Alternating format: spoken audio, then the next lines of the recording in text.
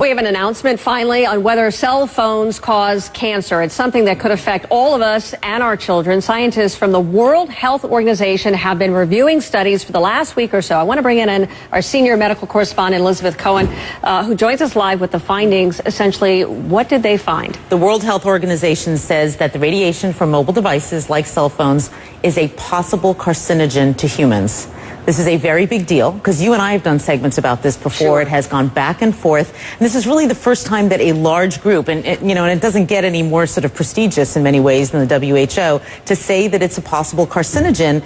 It puts it in the company of several other kinds of things. And so I want to tell you what it is, and I think that might give people an idea of what we're talking about. It puts it in the company of things like lead is also a possible carcinogen, according to the WHO, as well as engine exhaust and chloroform.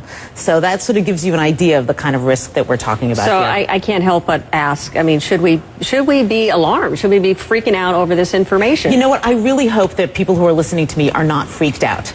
For two reasons. One, they won't do the right thing, and we'll talk about what the right thing is in a minute. And two, they'll panic, and that's kind of silly because all these years we've been on cell phones and holding them to our heads, which is what we're talking about as being bad. That's done. You can't do anything about that. And if you're on the phone right now, you don't need to drop it. You know, it's not that kind of a carcinogen. It's a kind of a carcinogen, or allegedly, possibly, that would build up over time. One phone call, doctors tell me, is not going to give you cancer. So what should we be doing? With this new information, what on earth should we be doing now? We are so lucky that there is something that we can do, because a lot of medical problems we can't, but we're lucky that there is something, and I am holding it in my hands right now.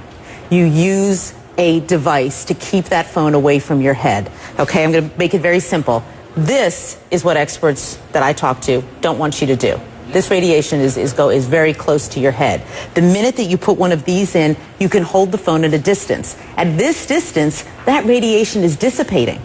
It's not going to affect you very much, if at all. Hold it away from your head, which means using a wired piece like this or a Bluetooth, or put it on speakerphone. Keep it away from your head. That's the bottom line, and it's really easy to do. I mean, I can count on one hand the number of times in the past year that I have spoken on the phone like this. I just don't do it. I'm going to change my habits.